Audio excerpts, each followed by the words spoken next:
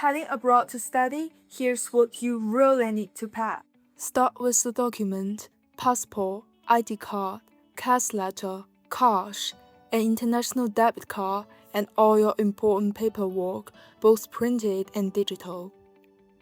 Then electronics, power adapters, power strip, phone and laptop chargers, pack them all.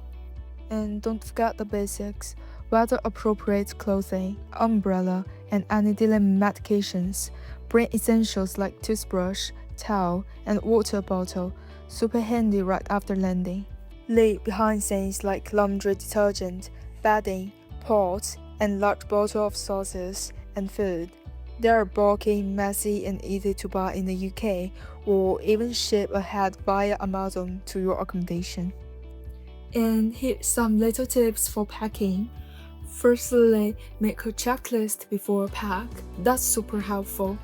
And keep all your documents in your carry-on, just in case. Finally, use vacuum bag to save tons of space for your clothes. And you'll find everything in the UK, just bring the basics and pack smart.